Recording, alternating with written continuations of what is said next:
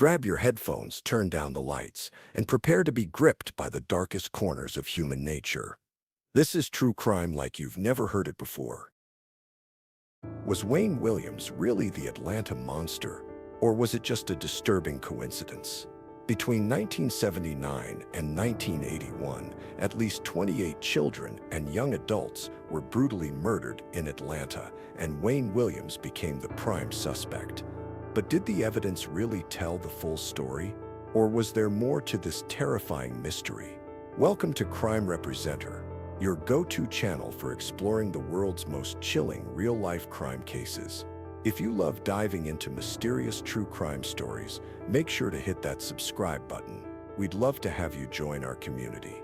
Let's take a deep dive into the case of Wayne Williams and the speculation surrounding the infamous Atlanta child murders. Who is Wayne Williams? Born in Atlanta on May 27, 1958, Wayne Bertram Williams was the only child of two school teachers. Described as a bright and ambitious student, Williams was even said to have genius-like tendencies.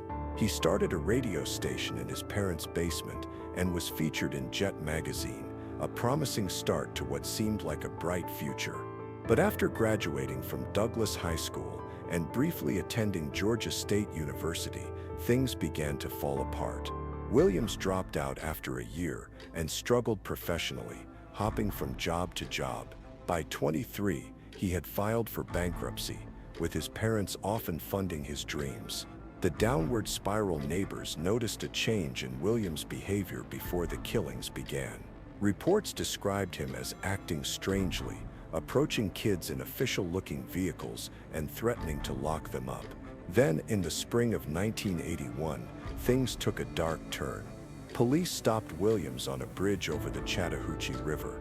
Though they let him go at the time, days later, the body of 27-year-old Nathaniel Cater was discovered downstream. Suddenly, Wayne Williams was under intense scrutiny. The Atlanta child murders between 1979 and 1981, Atlanta was gripped by fear. The first victims were 13 and 14-year-old boys, their bodies found discarded on the side of the road. As the death toll rose, the community grew more desperate for answers. With no suspects, the FBI called in profiler John Douglas, famous for his work on the Son of Sam case.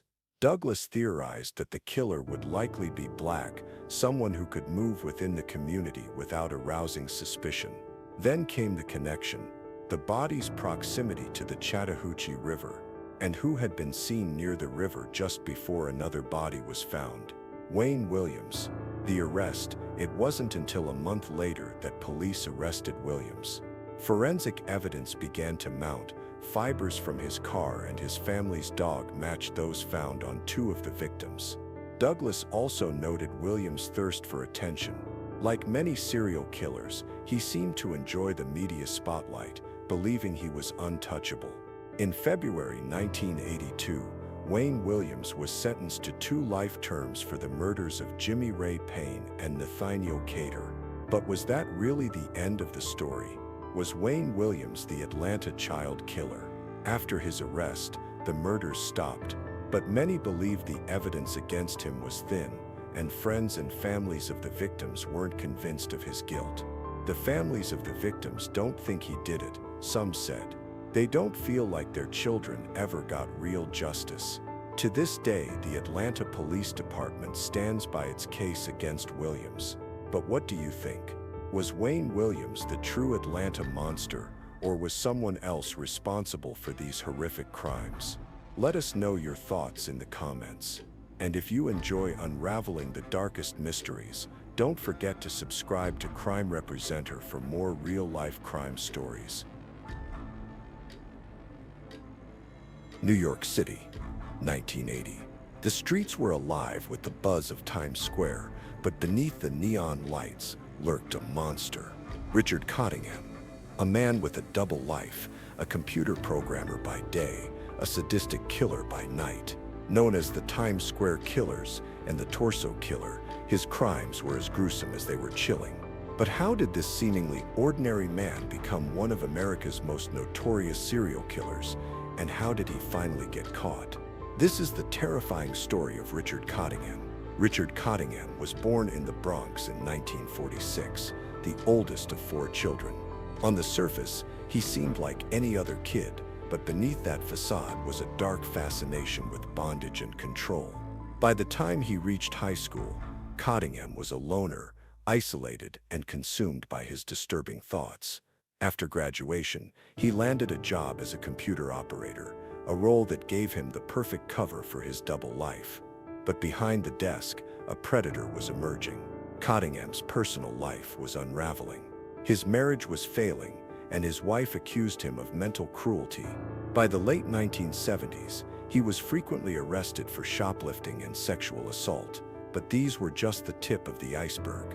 Cottingham later claimed his killing spree began as a teenager, with as many as 100 victims, mostly sex workers. But it wasn't until 1979 that the world would learn the horrifying truth. In 1979, 2 women were found dead in a New Jersey motel room. One of them, Dita Gudarzi, was a high-profile sex worker. The other remained unidentified. Both had been decapitated, their heads severed from their bodies. The gruesome scene earned Cottingham the nickname Torso Killer, but he wasn't done. In May 1980, he strangled 25-year-old Jean Rayner in a hotel room, then removed her breasts and placed them on the headboard. It was a chilling act of cruelty, designed to shock and horrify. By May 1980, the net was closing in. Cottingham's luck ran out when he targeted 19-year-old Leslie Ann Odell.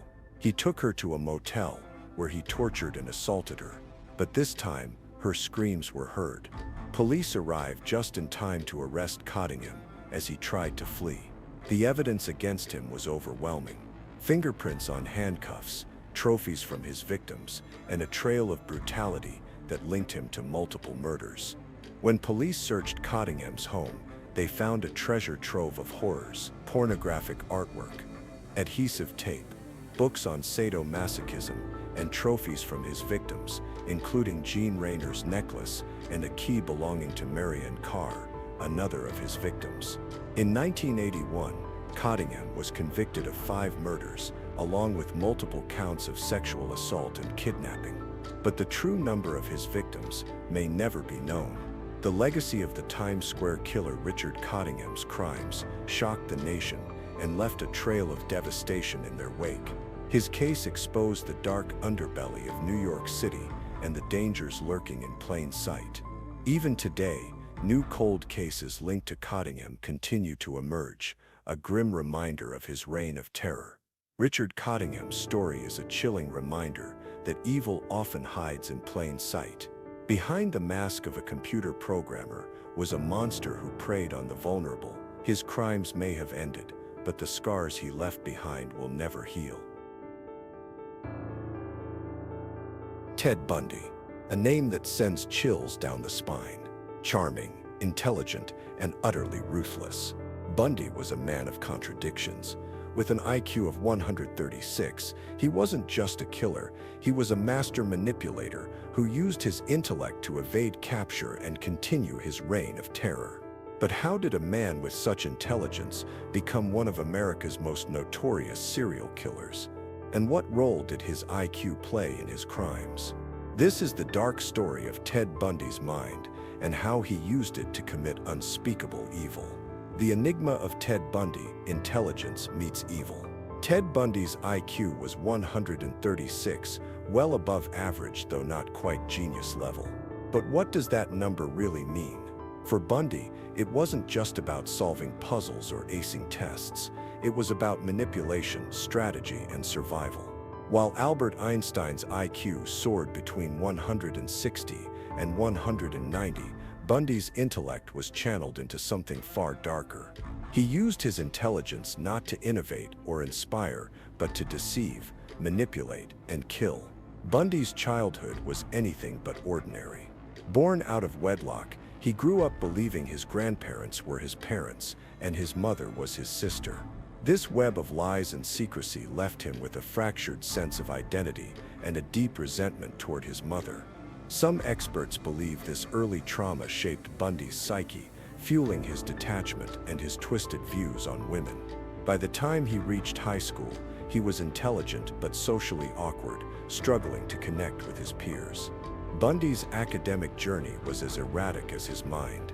He started at the University of Puget Sound, transferred to the University of Washington to study Chinese, dropped out, and eventually returned to major in psychology. This choice of major is chilling in hindsight. Bundy didn't just study psychology, he weaponized it. The knowledge he gained about human behavior became a tool for manipulation, helping him lure his victims into his deadly traps. Bundy's mental health has been the subject of endless speculation.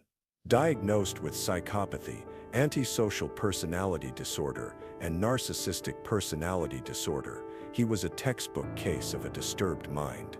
His feelings of inadequacy, combined with his early trauma, created a perfect storm of rage and entitlement. Bundy didn't just kill, he dominated, controlled, and destroyed. Bundy's intelligence wasn't just a number, it was his greatest weapon. He used his charm and wit to disarm his victims, often pretending to be injured or posing as a police officer to gain their trust. Once he had them where he wanted, his true nature emerged. But Bundy's intellect didn't just aid his crimes, it helped him evade capture. He escaped custody twice, once by jumping out of a window, and again by cutting a hole in his cell ceiling and crawling through the pipes. Ted Bundy's crimes left a trail of devastation that still haunts us today. His intelligence allowed him to manipulate, deceive, and kill with terrifying efficiency. But in the end, even his IQ couldn't save him from justice. Bundy's story is a stark reminder that intelligence, without morality, can be a dangerous thing.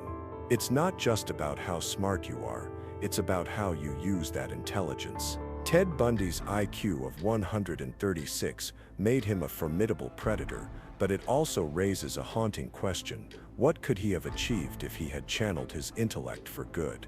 Instead, he chose a path of darkness, leaving behind a legacy of pain and fear. His story is a chilling reminder that evil often wears a charming face, and that intelligence in the wrong hands can be deadly. Sometimes, the most horrifying crimes happen where we least expect them, right at home. And the murder of Lois and John McCullough is one such case. But what makes this story even more disturbing? The culprit was their own daughter. In today's episode of Crime Representer, we dive into the chilling tale of Virginia McCullough, a woman who not only took her parents' lives, but kept their bodies hidden for 4 long years. If you love true crime stories like this, don't forget to hit that subscribe button and join our growing community of crime enthusiasts. Let's get into it. The web of lies. For years, the McCulloughs' friends and family believed the couple was either unwell or traveling, all thanks to the intricate web of lies spun by their daughter, Virginia McCullough. But the truth was far darker. Hiding their bodies in a makeshift mausoleum at their family home in Chelmsford, Essex, Virginia kept the grisly secret for 4 years. It wasn't until their GP raised concerns in 2023, after noticing they had missed several important medical appointments, that the investigation began. The police executed a search warrant in September 2023, and what they found shocked the entire nation. A cocktail of drugs and violence. Virginia McCullough, 36, confessed to poisoning her 70-year-old father, John McCullough, with a dangerous mix of prescription drugs. But the horror didn't stop there. Afraid that her mother, Lois, might discover the crime, Virginia attacked her next. At the trial, Virginia admitted to beating her mother with a hammer and then stabbing her multiple times in the chest with a kitchen knife, all while casually listening to the radio. In one of her most chilling statements to the police, she described the brutal attack as like someone badly playing the xylophone. It was willy-nilly. The motive behind the murders. So why did Virginia commit these unimaginable acts? Investigators uncovered documents showing that she was drowning in financial debt, a fact she kept hidden from her parents. Desperate and spiraling, Virginia had been taking out credit cards in her parents' names and continued spending their pensions even after their deaths. Over 4 years, she had gained nearly £150,000, much of it wasted on internet gambling. The disappearance and discovery, it wasn't until their GP noticed their absence and the number of missed appointments that the authorities stepped in. When police finally searched the family home, they discovered the bodies of Lois and John McCullough, concealed in sleeping bags in what officials described as a homemade mausoleum.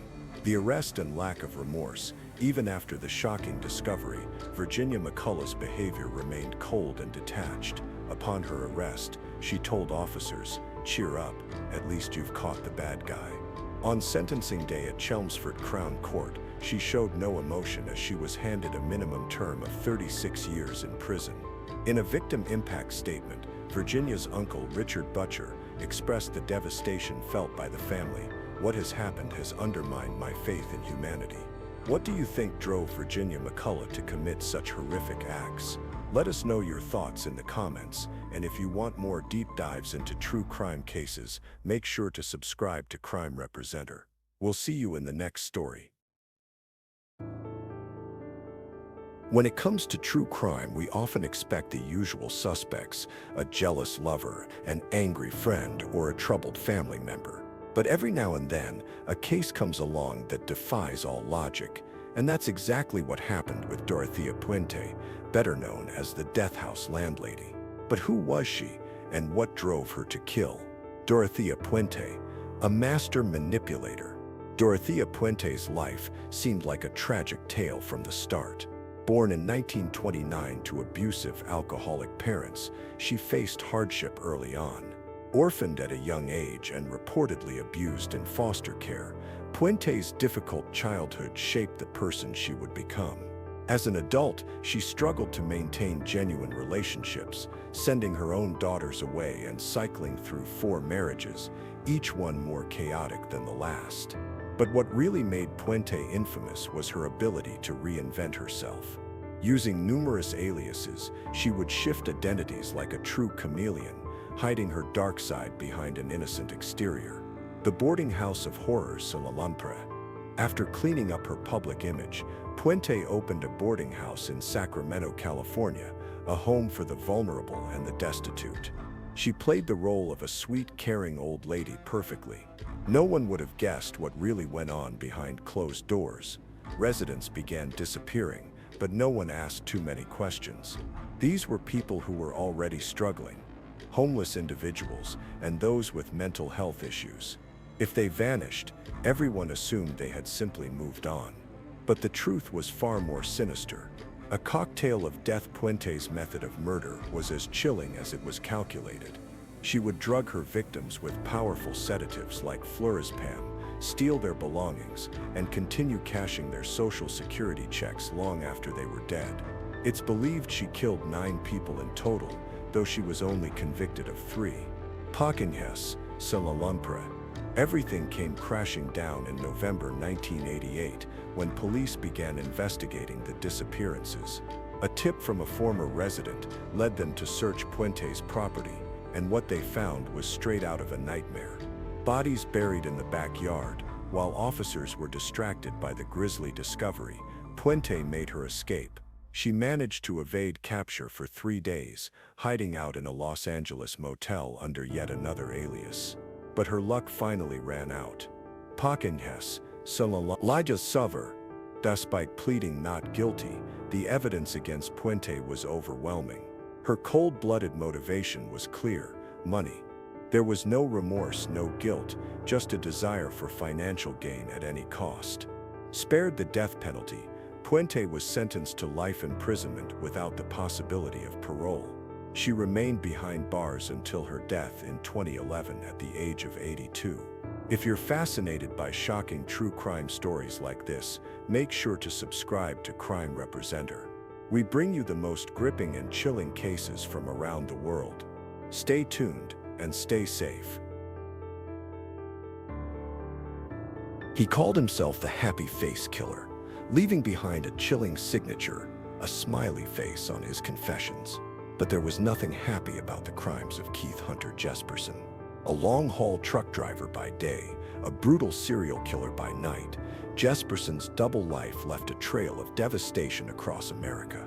How did a man with a seemingly normal family life become one of the most prolific serial killers of the 20th century? This is the shocking story of Keith Hunter Jesperson. From bullied child to cold-blooded killer, Keith Hunter Jesperson's life began in isolation and pain.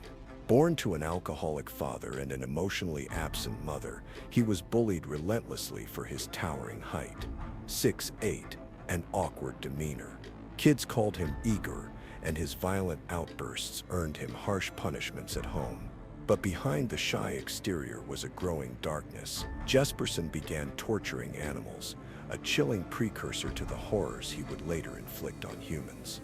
By the time he reached adulthood, he was a ticking time bomb, hiding his violent tendencies behind the facade of a devoted husband and father. The double life of a truck driver. Jesperson's career as a long-haul truck driver gave him the perfect cover for his crimes.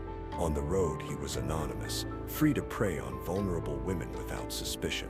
When his marriage fell apart after 14 years, he embraced his dark side fully, transforming into a depraved sexual predator. His first known victim was Tonja Bennett, a woman he met at a bar in Oregon in 1990. After an argument, Jesperson strangled her to death. It was the beginning of a 5-year killing spree that would claim at least 8 lives and possibly many more. The victims, mothers, daughters, sisters. Jesperson's victims were more than just names on a list. They were mothers, daughters, and sisters, women whose lives were cut short by his brutality. Most were transient sex workers, targeted because they were less likely to be missed. But Jesperson didn't just kill. He raped, tortured, and discarded his victims in remote locations, leaving their families to grapple with unimaginable grief. During his trial, he callously blamed the women, claiming one had entered his truck while he slept and another had tried to double her fee. These claims were vehemently denied by the victims' loved ones.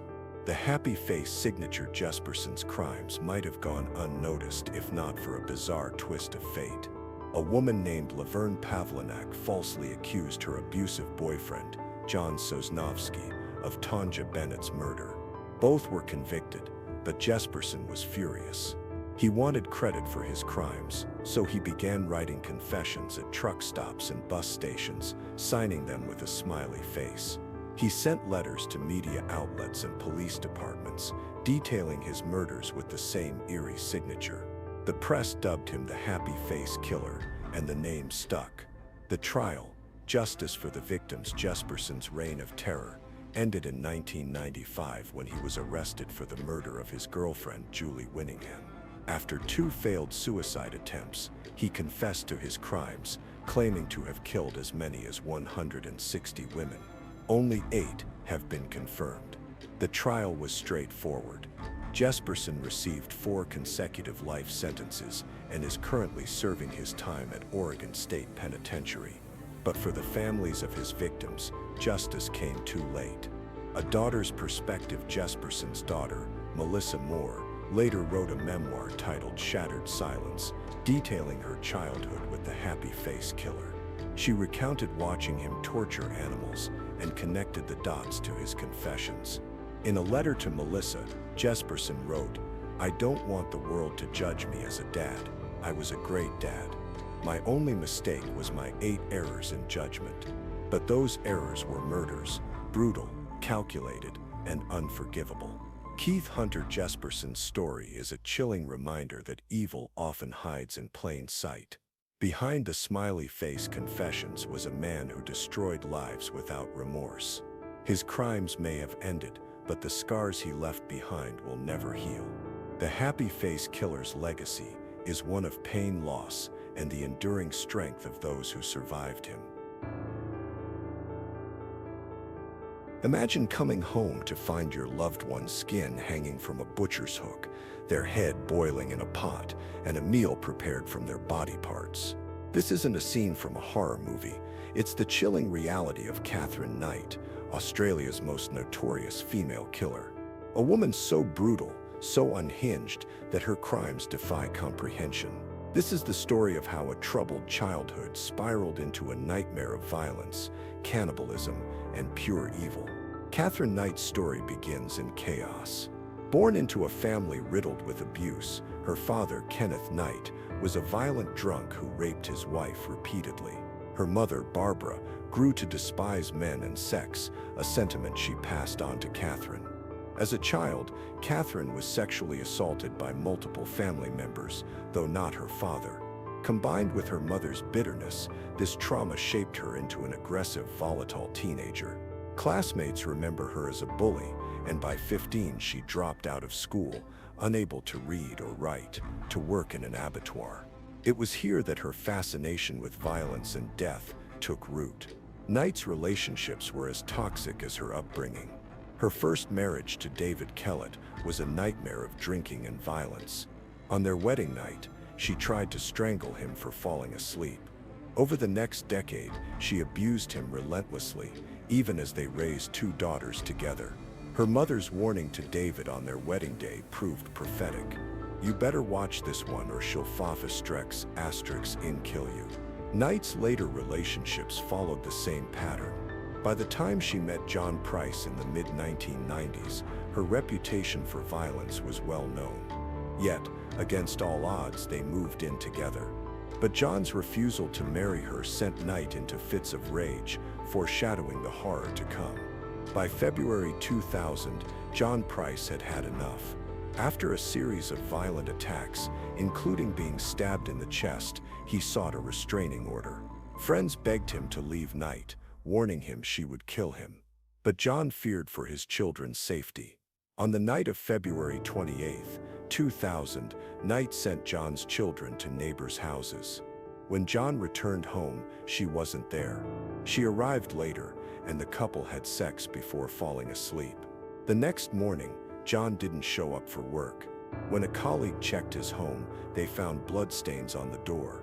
Police arrived to a scene straight out of a nightmare.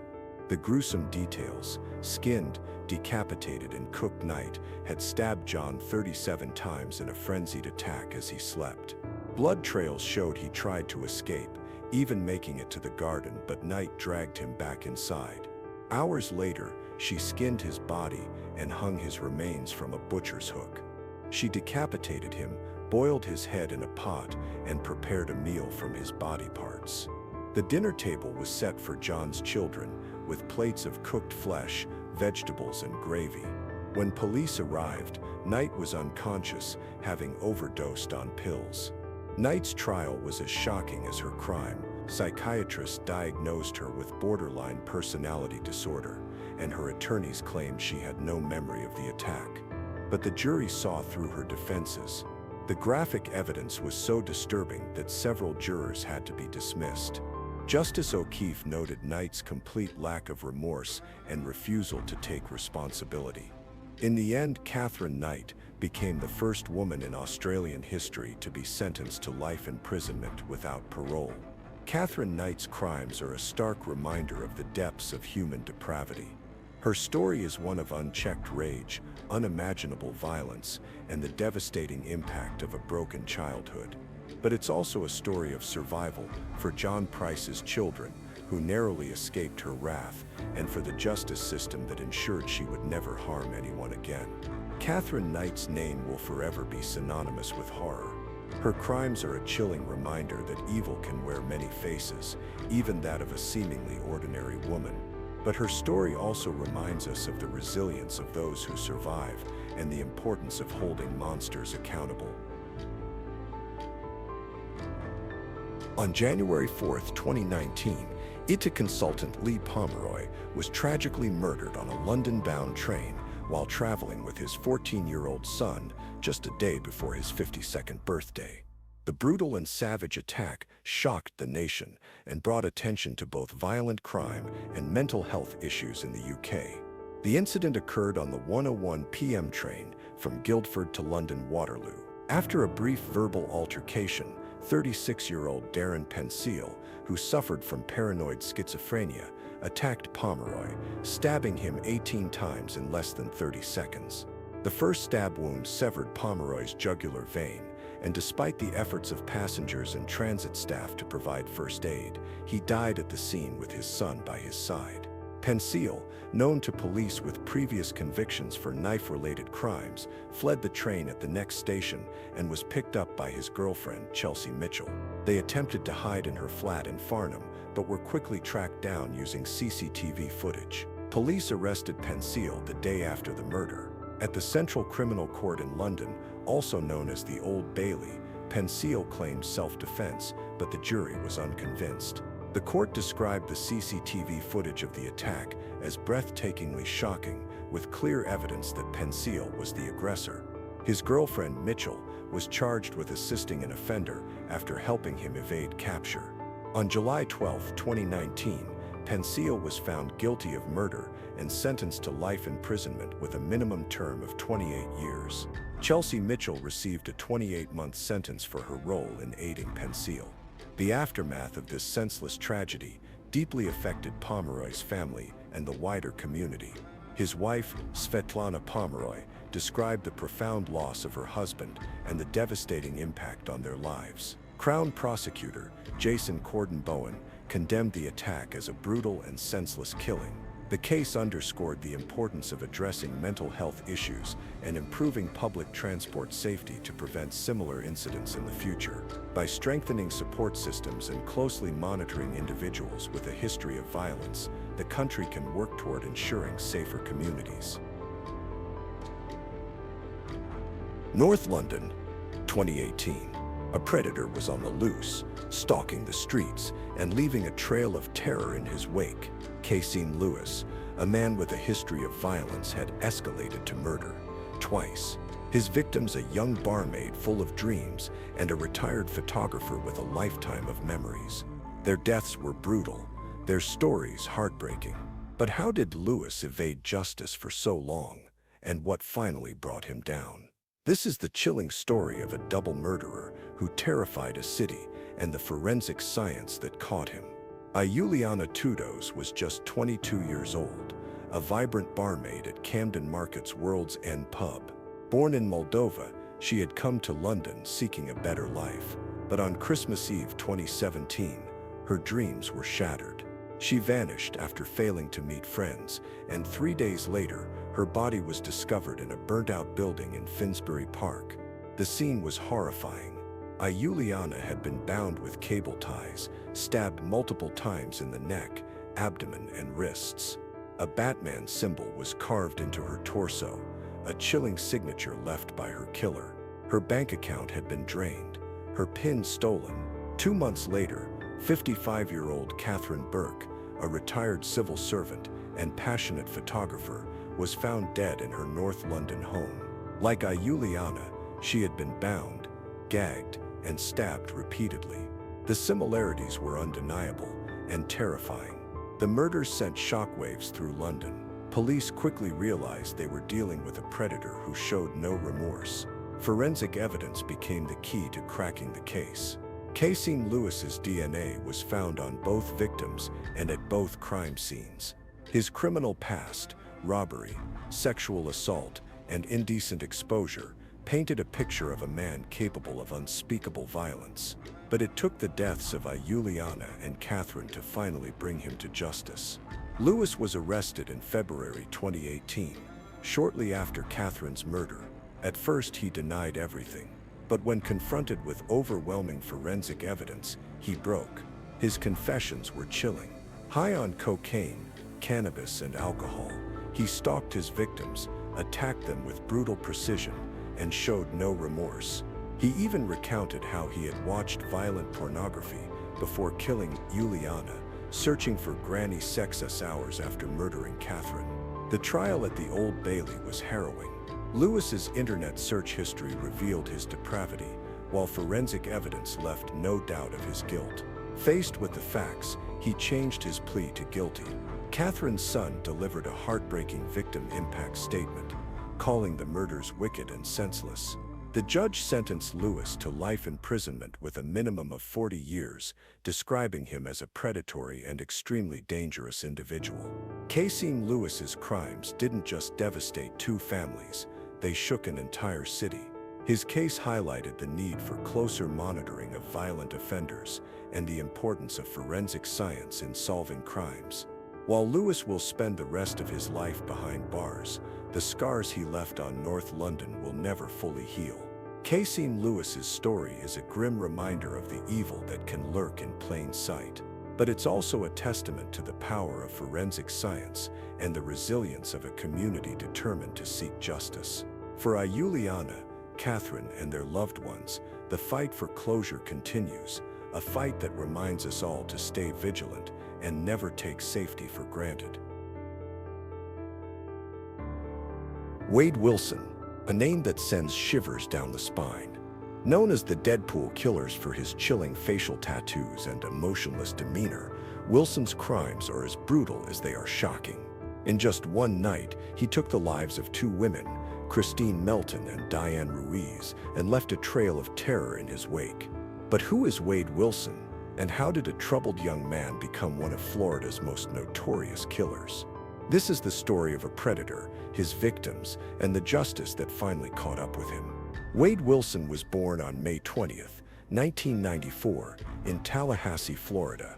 Given up for adoption at birth, he was raised by Candace and Steve Wilson, but his childhood was far from stable. By his teenage years, Wilson was already showing signs of trouble. Former classmates describe him as a troubled youth, fueled by drugs and violence. A neurologist later suggested that head injuries during his formative years may have contributed to his altered state of mind. His appearance became as menacing as his behavior. With facial tattoos, including a Nazi swastika and slits at the corners of his mouth, Wilson looked every bit the part of a villain. But it wasn't just his looks that were terrifying, it was his actions. On October 7th, 2019, Wade Wilson's dark impulses reached a horrifying climax. That night, he met 35-year-old Christine Melton at a live music bar in Fort Myers. Christine was with her close friend Stephanie Sailors, and the three spent the evening together. After the bar closed, Wilson and Stephanie accompanied Christine to her home in Cape Coral. When Stephanie left, Wilson's true nature emerged. He strangled Christine in her sleep, leaving her lifeless body behind. But Wilson wasn't done. Hours later, he stole Christine's car and encountered 43-year-old Diane Ruiz on her way to work. Diane, a bartender, was lured into the car under the pretense of needing directions. When she tried to escape, Wilson attacked her, beating and strangling her before running her over repeatedly. Diane's body was dumped in a field, where it lay undiscovered for 3 days. One woman narrowly escaped Wilson's wrath, his then-girlfriend, Melissa Montanez. Melissa testified during Wilson's trial, recounting the terrifying events of that night. After leaving the bar, Wilson took Melissa's car without permission. The next morning, he showed up at her business in Christine's stolen Nissan Versa. When Melissa resisted getting into the car, Wilson attacked her, strangling and beating her before dragging her upstairs. Miraculously, Wilson fled when he saw the blood, leaving Melissa battered but alive. Her testimony, supported by 911 calls and witness accounts, painted a chilling picture of Wilson's brutality. Wilson's trial in June 2024 was as chilling as his crimes. His emotionless demeanor and cold, calculated responses stunned the courtroom. Forensic evidence, witness testimonies, and Melissa's harrowing account left no doubt of his guilt. On August 27, 2024, Wade Wilson was sentenced to death for the murders of Christine Melton and Diane Ruiz. The judge described him as a ruthless predator with no remorse for his actions. Wilson's crimes left a lasting impact on the Fort Myers community. Christine and Diane were more than just victims. They were mothers, daughters, and friends. Their deaths sparked outrage and grief, but also a demand for justice. While some argued that Wilson's mental health issues played a role in his actions, others saw him as a cold-blooded killer who deserved the harshest punishment. Wade Wilson's story is a grim reminder of the darkness that can lurk within. His crimes were brutal, his demeanor chilling, and his lack of remorse unsettling. But his sentencing brings a measure of justice for Christine, Diane, and their loved ones. He was a trusted family doctor, a man who cared for thousands of patients over decades. But behind the stethoscope and white coat lurked one of the most prolific serial killers in history. Harold Shipman, known as Dr. Death, took the lives of hundreds, leaving a trail of devastation in his wake. How did a respected GP become a cold-blooded murderer? And what drove him to kill without remorse? This is the shocking story of Harold Shipman and the unbelievable facts behind his crimes. Harold Shipman wasn't just a doctor. He was a predator in a white coat. Over his career, he murdered an estimated 250 patients, though the true number may never be known. His victims ranged from elderly women to a 4-year-old child. But how did he get away with it for so long? Shipman's descent into darkness may have begun with the death of his mother, Vera. When she died of lung cancer in 1963, young Harold watched as doctors administered morphine to ease her pain. Some experts believe this traumatic experience planted the seeds of his future crimes. 2 years later, Shipman enrolled in medical school, setting the stage for a career that would become a nightmare for his patients. In the early 1970s, Shipman began his career as a GP, but he was battling a secret addiction to painkillers. His addiction was so severe that he suffered regular blackouts, leading colleagues to believe he had epilepsy. To feed his habit, Shipman forged prescriptions and stole drugs from a nursing home. When his addiction was exposed, he was fired and fined, but he kept his medical license. After rehab, he returned to practice, his deadly impulses still intact. Edith Roberts, a 67-year-old woman, died in 1975 under Shipman's care. At the time her death seemed peaceful, she was found sitting in bed, a book still in her hands. But years later, her family questioned whether it was too peaceful. Edith is now considered one of Shipman's earliest victims, her death a chilling preview of the horrors to come. Shipman's method was chillingly consistent. He killed his patients with lethal injections of diamorphine, then altered their medical records to cover his tracks. He fabricated pre-existing conditions, ensuring their deaths appeared natural. Winifred Meller, a 73-year-old woman, was given a fake history of heart disease minutes after Shipman murdered her. Edith Roberts' cremation certificate was also altered, with Shipman claiming her death was expected due to a heart condition. Neither claim was true. While most of Shipman's victims were elderly women, not all were. His youngest known victim was 4-year-old Susie Garford. Shipman killed her while her mother was out of the room making a cup of tea. Peter Lewis, a 41-year-old man, also fell victim to Shipman's deadly hands. No one was safe from the doctor's lethal injections. Shipman's crimes went undetected for years due to systemic failures. He ran his practice without oversight, stockpiled morphine meant for terminally ill patients, and manipulated cremation certificates. Even when red flags were raised by undertakers, neighboring GPs, and a taxi driver, investigations were mishandled.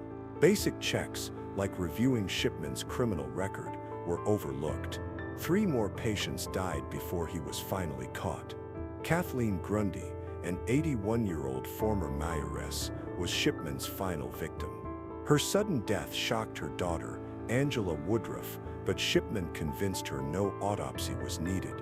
What finally exposed Shipman was a forged will, leaving Kathleen's entire estate to him. Angela contacted the police, and the truth began to unravel. In 2000, Harold Shipman was convicted of 15 murders and sentenced to life in prison. But the true number of his victims remains unknown. What drove Shipman to kill? Was it the trauma of his mother's death, a desire to play God, or an addiction to murder itself? Decades later, his motive remains a haunting mystery. Harold Shipman's crimes exposed shocking flaws in the medical system. His case led to fundamental changes, including stricter oversight of GPs and cremation procedures. But for the families of his victims, the scars remain. Shipman's story is a chilling reminder of the evil that can hide behind a trusted face and the importance of vigilance in the face of power. Harold Shipman's crimes are a stark reminder that evil can wear many masks, even that of a trusted family doctor. His story is one of betrayal, systemic failure, and the enduring fight for justice. As we remember his victims, we're reminded of the importance of accountability, compassion, and the need to protect the vulnerable from those who would do them harm. They were called angels of mercy, caregivers sworn to heal and protect.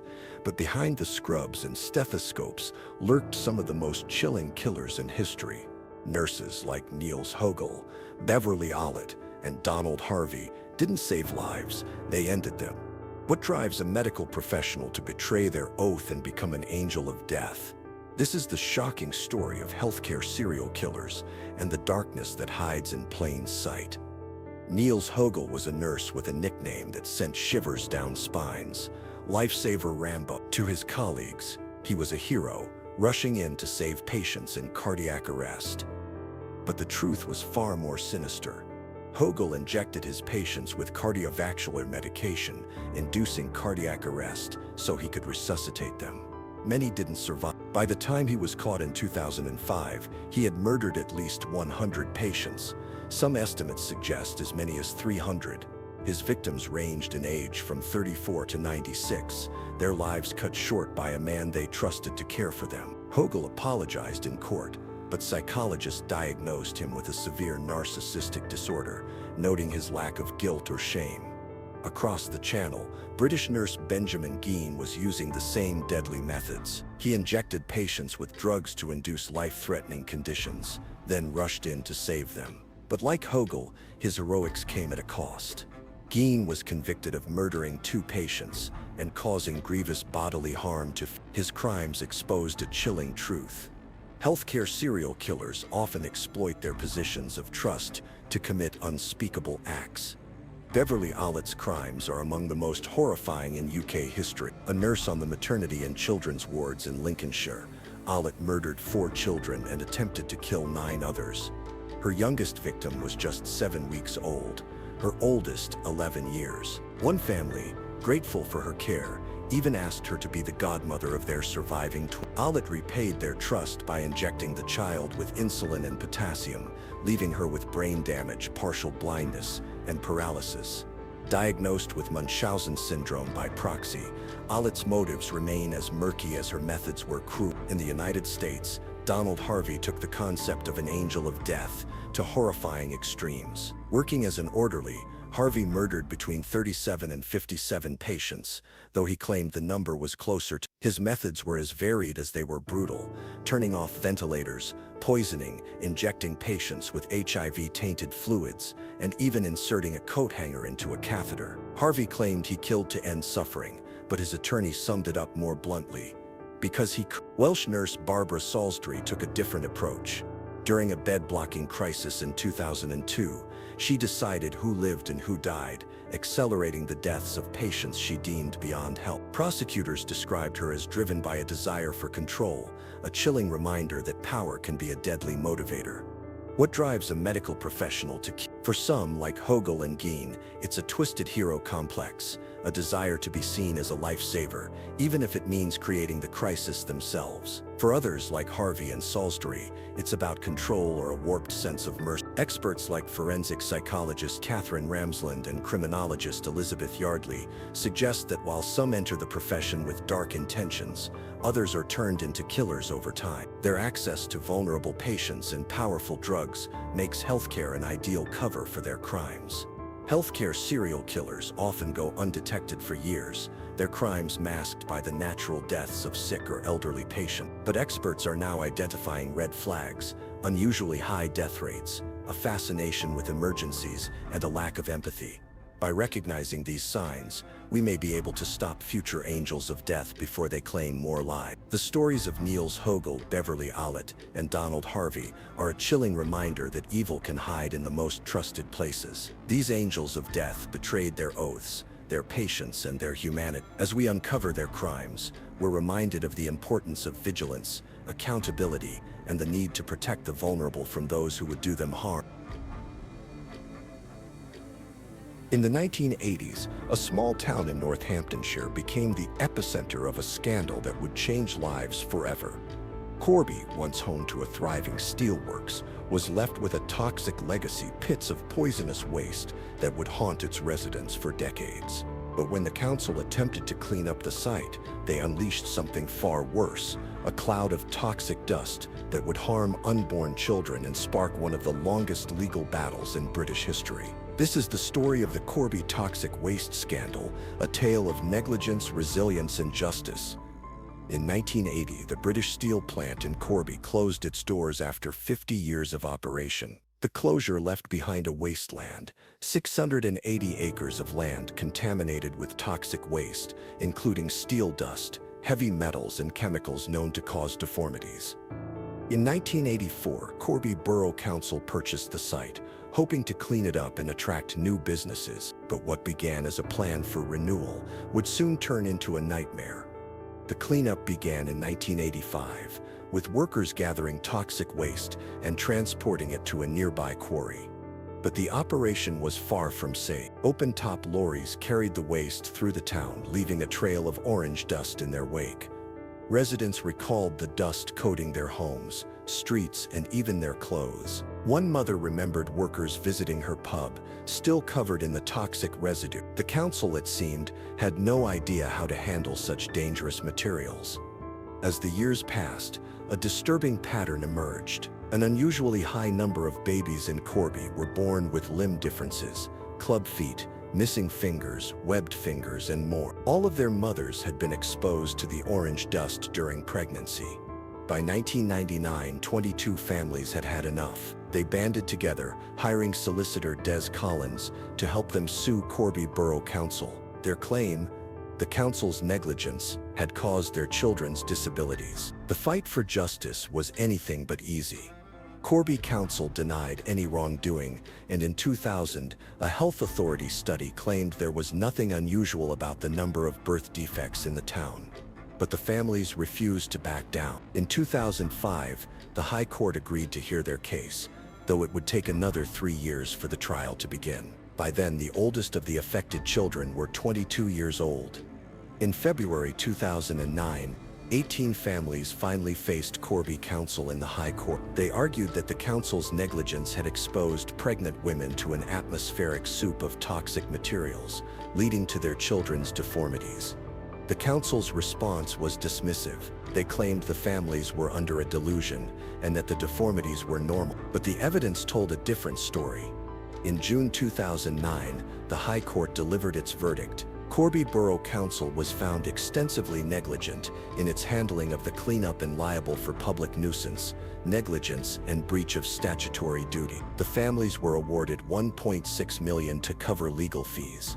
However, the court only ruled in favor of 16 of the 18 children, leaving 2 families without justice. Still, it was a landmark victory, one that forced the council to finally acknowledge its mistake. In August 2009, Corby Council announced plans to appeal the ruling, but behind the scenes, they were negotiating with the families. By April 2010, a settlement was reached. 19 children received compensation, though the council still refused to accept responsibility for their conditions. In a public statement, the council admitted it had made mistakes during the cleanup, a small but significant acknowledgement of the harm it had caused. Today, the Corby toxic waste scandal is often compared to the Aaron Brockovich case, a story of ordinary people standing up to powerful institutions and winning. For the families of Corby, the fight was about more than money. It was about holding those in power accountable and ensuring that no other community would suffer as they had. The Corby toxic waste scandal is a stark reminder of the consequences of negligence and the power of perseverance. It's a story of a town that refused to be silenced, of families who fought for justice, and of a legacy that continues to inspire. As we remember their struggle, we're reminded of the importance of accountability, transparency, and the need to protect our communities from harm. On May 17, 2001, 17-year-old Alyssa Turney vanished from her Arizona home, leaving behind a life full of promise and a family desperate for answers. For years, her disappearance was dismissed as just another runaway case. But her sister Sarah refused to give up. Armed with determination and social media, she reignited a decades-old investigation. uncovering shocking secrets and fighting for justice. This is the haunting story of Alyssa Turney's disappearance and the sister who never stopped searching for the truth. Alyssa Marie Turney was born on April 3, 1984 in Phoenix, Arizona. Her childhood was marked by loss and upheaval. When she was just 3, her parents divorced. Her mother, Barbara, remarried Michael Turney, who adopted Alyssa and her brother John. Tragedy struck again when Alyssa was 9. Her mother passed away from cancer, leaving Michael to raise 6 children alone. By 17, Alyssa was a typical teenager. She had a boyfriend, a job at Jack in the Box, and dreams of independence. But her life would take a dark turn. May 17, 2001 was Alyssa's last day of junior year at Paradise Valley High School. Her stepfather, Michael Turney, claimed he picked her up early for lunch. He said they argued about her desire for more independence and that she was upset when they returned home. Michael claimed he last saw Alyssa when she went to her room. He said he left the house at 1 p.m. to run errands and pick up Alyssa's half-sister, Sarah, from school. When he returned at 5 p.m., Alyssa was gone. He claimed to have found a note saying she had run away. But something didn't add up. When Michael reported Alyssa missing, police initially dismissed her as a runaway. Phoenix had countless cases of missing teens, and without evidence of foul play, Alyssa's case went cold. It wasn't until 2006, when a serial killer falsely confessed to her murder, that detectives Stuart Somershoe and William Anderson took a closer look. They found it suspicious that Alyssa had left behind her car, cell phone, and $1,800 in savings. As they dug deeper, troubling details emerged. Friends and family described Michael as controlling and abusive. Alyssa had confided in friends about her fear of him. Despite his denials, Michael became the prime suspect. In 2008, police obtained a warrant to search Michael's home. What they found was chilling: a cache of weapons, improvised explosives, and a manifesto detailing plans to attack the Phoenix International Brotherhood of Electrical Workers building. Michael was arrested and sentenced to 10 years in prison for the weapons charges, but Alyssa's case remained unsolved. Alyssa's half-sister, Sarah Turney, refused to let her sister's story fade into obscurity. In 2020, she launched a viral social media campaign, sharing Alyssa's story on TikTok, creating a podcast, and starting an online petition. Her efforts paid off. In August 2020, Michael Turney was rearrested and charged with second-degree murder in connection with Alyssa's disappearance. But in July 2023, the charges were dismissed due to a lack of evidence. Despite the setback, Sarah continues to fight for Alyssa. Through her podcast, Voices for Justice, and her relentless advocacy, she has kept Alyssa's memory alive and shed light on the flaws in the justice system that allow cases like this to go unsolved. Alyssa Turney's disappearance is a haunting reminder of the fragility of life and the power of perseverance. While her case remains unsolved, her sister Sarah's tireless efforts have inspired countless others to seek justice for the missing. As we remember Alyssa, we're reminded of the importance of never giving up and the enduring strength of a sister's love. He wore a badge, swore an oath to protect and serve, and held the trust of the public. But behind the uniform, Cliff Mitchell was a predator, a serial rapist who used his position as a police officer to commit unspeakable crimes. How did a man with such a dark past become an officer? And how did his victims find the courage to bring him to justice? This is the shocking story of Cliff Mitchell, the police officer who betrayed his badge, and the system that failed to stop him.